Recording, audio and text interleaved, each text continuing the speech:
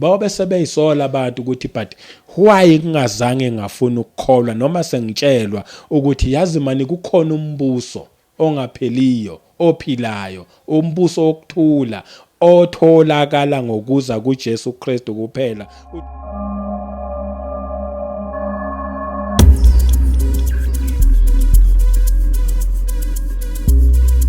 Phinde ngibingelele futhi namhlanje kusase uyumduduzo kaShabangu. Ngibonge nje ukuthi uchoose le channel, ngibonge ukuthi ukhethe kuzohlanganyela kanye nathi. Akukho nje okunye mangabe nje kuyile channel wazi ukuthi thina sizokhuthazana ngezwi, sizovuselelana kuloyo sekholwa ukuthi kumuntu ongakakholwa sizomazisa ngoJesu Kristu. So khuluma nje indaba ezimnandi kuphela, akukho kunye. Without wasting any time ngicela nje ukuthi ngifunde kuPhilippians 3 lapha yana kuverse 10. Ngiyathanda nje ukuthi ngifunde lencwadi. Incwadi lena nje ehlezi ngiphathele mina indaba eziningi ya kakhulu. But ake siphinde siyifunde futhi. Ithi ke that I may know him and the power of his resurrection and the fellowship of his suffering, being conformed to his death. Ithi ukuze ngimazi yena. Ngithanda nje kakhulu lamazwi lathi ukuze ngimazi yena ubani uJesu Kristu namandla okuvuka kwakhe nokuhlanganyela ekuhluphekeni kwakhe ngimfuze ngokufa kwakhe. Kwakhuluma uPaul la, but nje ngizothatha futhi lamazwi lathi ukuze ngimazi yena.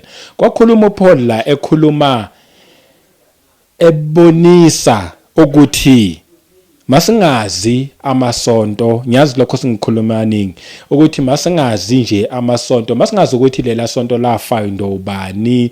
Okay, history inhle, lela bandla lelana laqala ngo19 bani, founder yakhona ubani and all that. Yawazi nana nemithetho yamasonto and all the yabo nje yonke leyo nto leyo. Mina nje ngisho ngithi according to Paul uthi noma ungaze ungakwazanga konke lokho ukuthi ibandla elithile laqala kuphi ngobani, that's not even important. Uthi uPaul ukuze ngimazi yena na indaba eimportant ukuthi ukuze ngimazi yena, ngoba wonke lamabandla lawa aqala ngo19 ngo18 ngo16 yonke leyo minyaka lehlukahlukene, wonke lamabandla bekufanele ambule ukuthi thina abantu ukuze simazi yena. Bengamelanga ambule ezinye izinto, bekungamelanga ambule imithetho and stuff, but kakhulu bekumele ambule ukuthi ukuze simazi yena. Uthi uPaul ukuze ngimazi yena ukhona igama lakhe nguJesu Kristu, ukuthi ngoba usesuke wathathwa kakhulu wenziwa njengomunye wabanye bonkulunkulu abakhona.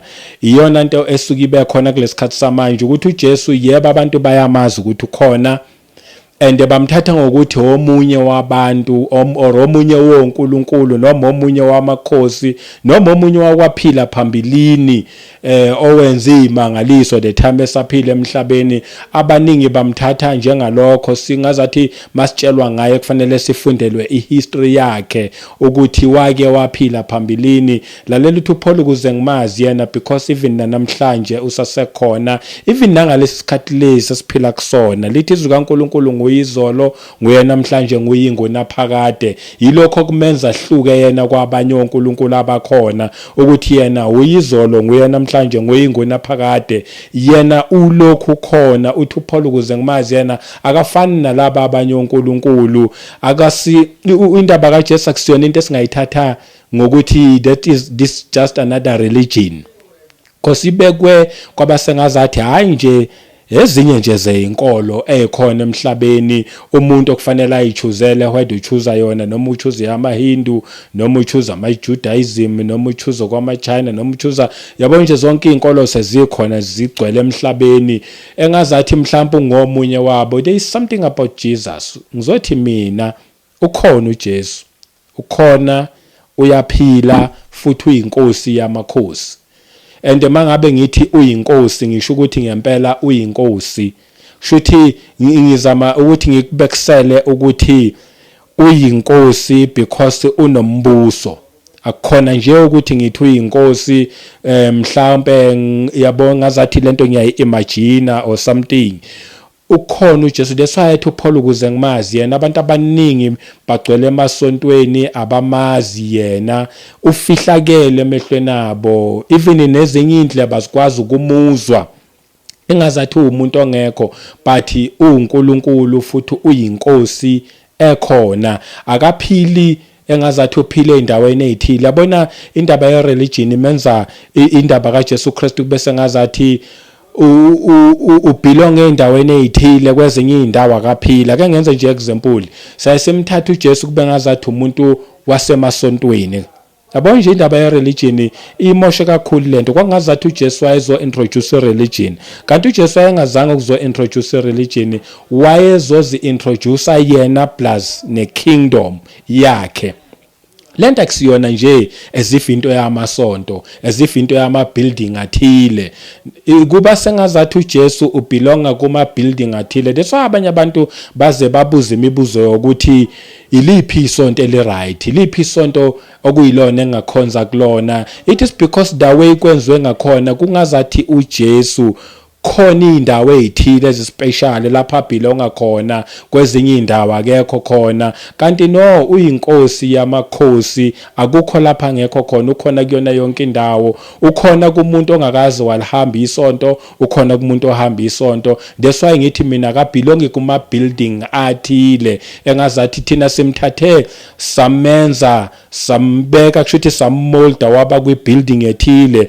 Abanye they've gone as far as ukuthi bangambeki kuphela kuleyo building, but bamenze abe phakathi kwi building, kube nendawo ethile engazathi specially la kuphila khona yena, la kuthiwa khona okay, mangabe usesontweni mhlambe ungahamba kwezinye indawo esontweni, but ungahambi lapha or ungangeni lapha or unganyatheli lapha, because yona indawo leyo la ekhona khona as if mawunyathele khona uzofa.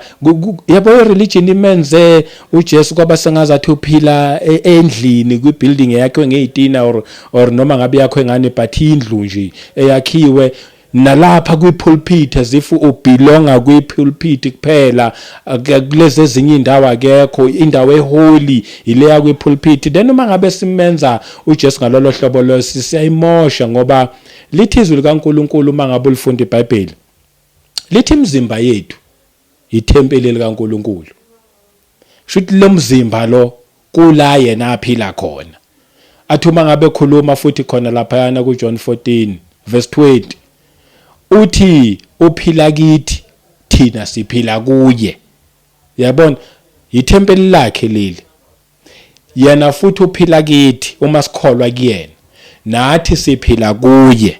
Yabona yonke leyo nto leyo iyayikhansela indaba yokuthi lapha kwi pulpit yona indawo engcwele. Ngiyazi abantu abaningi bangayimangalela lento, ngoba thina sazi ukuthi ima pulpit indawo la kuma khona umfundisi khona, ungadlaleli khona. I-religion yenze ngalolo hlobo kwaba sengazathi uJesu, yabona iyamenza yamakha wabelonga kwezinye indawo. Yabona yena akabelongi kunoma ngabe yiphi religion. Indaba kaJesu Kristu akusiyona indaba ye religion. Indaba kaJesu Kristu indaba yenkosi ekhona, enombuso, enokuphila. Shuthi indaba kaJesu Kristu indaba yokuphila okuyingona phakade, uphila everywhere. Akaphili lapha epulpit endaweni engcwele kuphela, ngoba thina sisho njalo. No, ipulpit nje indawo la kuma khona umfundisi noma ngabe uba nomunye oshumayelayo, but it doesn't mean ukuthi ke uma ngabe ume lapho engazathi si special. There is nothing special lapho. Ngiyazi njengoba ngisho abanye abantu bangayimangalela lento engiyishoyo. Vele there is nothing special. Umzimba lo ithempeli likaNkulunkulu. Mangakhulunywa ngendawo okufanele zibe special, kusho ukuthi lo mzimba oyithempeli likaNkulunkulu na indawo okufanele ngigcine ingcwele, na indawo okufanele ngigcine iphelele, ngoba uNkulunkulu uphila la. Lithi iBhayibheli umoya kaNkulunkulu uphila la. Ngakho ke imizimba yethu lena kufanele siyenze ibe imizimba right for bani? Umoya kaNkulunkulu noma uNkulunkulu. Hayi ama-building athile, hayi indawo ezithile. Thina ukuthi simenze nje waba sengazathi ubelong endaweni ezithile. That's why uPaul uhamba athi ukuze ngimazi yena, not ama-building amasonto, not indawo ezithile phakathi esontweni ezifuza special ezinye no ukuze ngazi yena even now Jesu Kristu ephila emhlabeni njengoba ngisho nje ngithi uyinkosi yamakhosi wathi uma ngabe eqala ukushumayela uJesu Kristu akazange lokho eyilanda ekudeni le ndaba alokho eyiqala le kude jikeleza wavele nje wahlala straight endabeni uJesu Kristu ezisho ukuthi ubani ithi ngiyifundeke le ngingayikhulumi nje kuphela lapha kuMetu ke siyifunde nje kuMetu ku chapter 4 la yena uJesu eqala lithi iBhayibheli uqala kwakhe ukushumayela akazange ajikajike wavele nje wangena straight endabeni wayichaza ukuthi yena ungubani lithi la kimi iBhayibheli Matthew 4 verse 17 lithi from that time Jesus began to preach from that time Jesus began to waqala he began to preach waqala washumayela kusuka ngaleso sikhathi and to say nakhaye kusho repent okokuqala lokho for the kingdom of heaven is at hand wathi uma ngabe eqala ukushumayela uJesu Kristu wathi abantu mabarepent meaning abantu mabaphenduke abantu bashintshe ukurepenta ukuphenduka kule yamcabango leya emdala kodwa bese uzofaka lokhu yena azokukhuluma ukuphenduka noma ukurepenta ukushiya indlela eyindala zokwenza izinto bese kuzongena indlela entsha eza noJesu Kristu ukuphenduka ukulahla konke okungafuneki kodwa manje bese uyaqala uzoba wenze lokhu okufunwa nguNkulunkulu that's why wayethi uJesu Kristu wathi uma beqala nje wathi abantu mabarepente because umuntu ngeke azaza afike la kumele afike khona noma ngeke azamazi uJesu Kristu engazange warepenta indaba yokuqala is about ukurepenta kusho ukushiya izinto ebengibelieve ukuthi ziyizo izinto ebengibelieve ukuthi ngempela njengoba ngangikhuliswe ngazo ngifundisiwe zonke lezi zamasiko and stuff yonke lonto leyo ukurepenta kusho ukuthi manje ngiyaphuma kulokhu engakhula ngikufundiswa nami ngicabanga ukuthi kuyikho kodwa ngizobamba okushiwo uNkulunkulu ngizobamba lokho kushiwo uJesu Kristu kama nje lichaza ukuthi repent uthi why to repent uthi repent for the kingdom of heaven is at hand uthi ngoba umbuso wezulu ususondele lisho njalo ngesiZulu umbuso wezulu ususondele that's why ngithi mina ukhona uJesu uyinkosi uJesu unombuso uJesu akusiyona ifairy tale indaba kaJesu Kristu akusiyinganekwane some people may think ukuthi mhlambe kukhulunywa inganekwane no unombuso that's why kulombuso wala emhlabeni wasarenda wenza konke wathi noma bangenza ini kulombuso wala kulomhlaba vele kulombuso wakulomhlaba wesikhashanyana lo kodwa kulombuso wakulomhlaba ngizolanda abangabami abayokholwa kumina abakulombuso wakulomhlaba umbuso olahlekile umbuso osebumnyameni umbuso ongazani noNkulunkulu that's why wathi uma ngabe eqala eshumayela wathi abantu mabaphenduke ezothi abantu mabaphenduke meaning abasuke kulombuso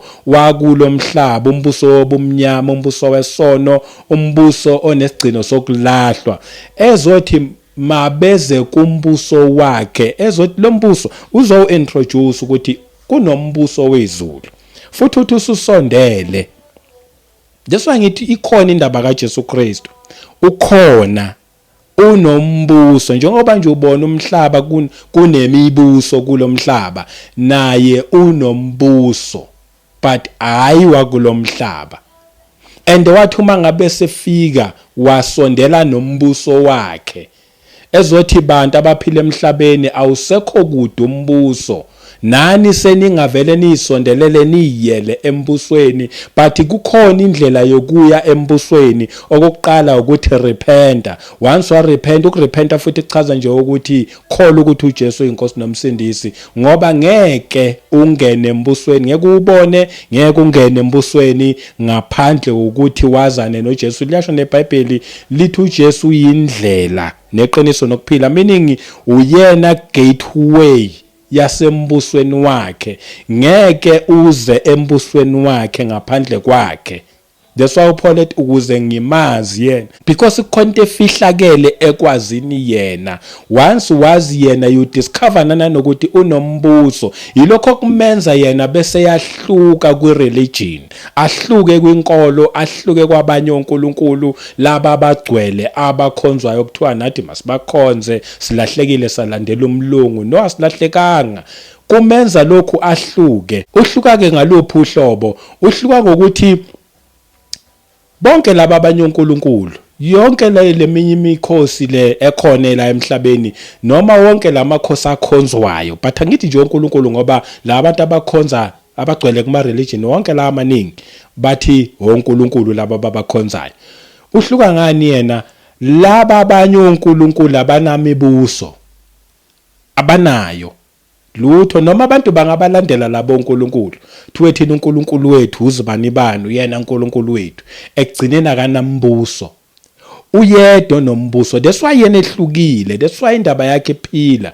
Uye onombuso ongapheli, uye onombuso ongeke uzushabalale, uye onombuso oyinguna phakade, uye onombuso ophilayo kulabo abafuna ukuyongena embusweni wakhe. That's why ethi abantu mabaphenduke ukuze bezokwazi ukuthi bangene embusweni wakhe. Uthi umbuso wezulu ususondele.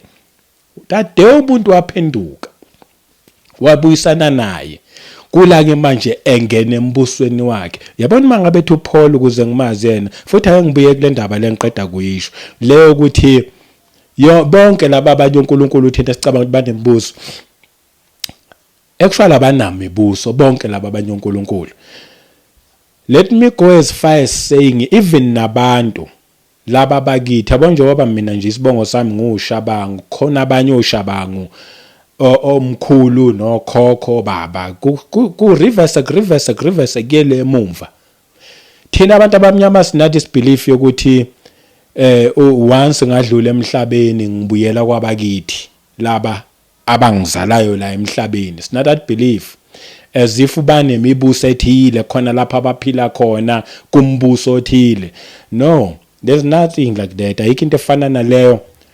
Mina mangidlula la emhlabeni ngizoya la engangisebenzela khona. Uma ngabe bekade ngisebenzela uJesu Kristu, uma ngabe bengikholwa ukuthi uJesu uyinkosi, ngiye embusweni wakhe. Uma ngabe angifunanga ukukholwa ukuthi uJesu uyinkosi, angisaye embusweni wakhe, ngiya kulombuso walaba abangafunanga ukukholwa ukuthi uJesu uyinkosi, and abangafunanga ukukholwa la kucacisa iBhayibheli ukuthi bayolahlwa. Uma ngabe kuyi-genealogy yakithi ukuhlehla ubuyele emuva khona abakholwa ukuthi uJesu uyinkosi, ngiyohamba ngihlangane nabo. Kodwa laba abangazange bakholwe ngeke ngihlangane nabo, bayobe bewele kulaba abangakholwanga. Uma ngabe mina ngikholwanga ukuthi uJesu uyinkosi, ngiyohamba ngiyohlangana nalaba abangakholwanga. Nakhona hayi ukuthi kuyobe kungoshabangu, kuyobe kuwabantu bonke nje sekuhlangene, ingasekho yonke lento thina esinayo la emhlabeni, iqiniso lonke lobe selisobala ngaleso sikhathi. Abanye abayobe beyisola abanye ukuthi yazi sasilizwe ivangeli lishunyelwa, and lashunyelwa ngazo zonke indlela. Ingceku nengcekukazi kaNkulunkulu zazenza wonke amameans ukuthi zisi-reach, but we didn't believe. Bayobe sebeyisola abantu ukuthi but why kungazange ngafuna ukukholwa noma sengitshelwa ukuthi yazi mani kukhona umbuso ongapheliyo ophilayo, umbuso wokuthula otholakala ngokuza kuJesu Kristu kuphela. Uthi uPaul ukuze ngimazi yena, because yabona ukwazi uJesu Kristu. That's why ngithi indaba yakhe iyaphila. Masingayenzi lento ibe religion, masingayenzi ibe inganekwane, masingayenzi ibe ngazathi into engekho. Ikhona, iyaphila. Uma ungake nje ukholwe ukuthi uJesu uyinkosi nomsindisi, ulwele ukufinyelela kumazini yena, ekwazini yena kunombuso.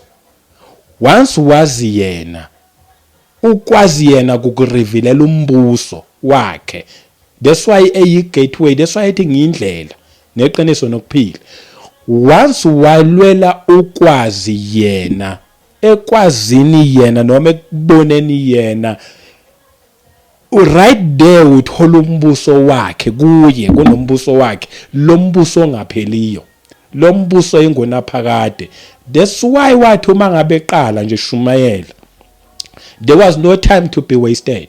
Wathi abantu mabaphenduke ngoba umbuso wezulu ususondele. Unombuso ongapheliyo.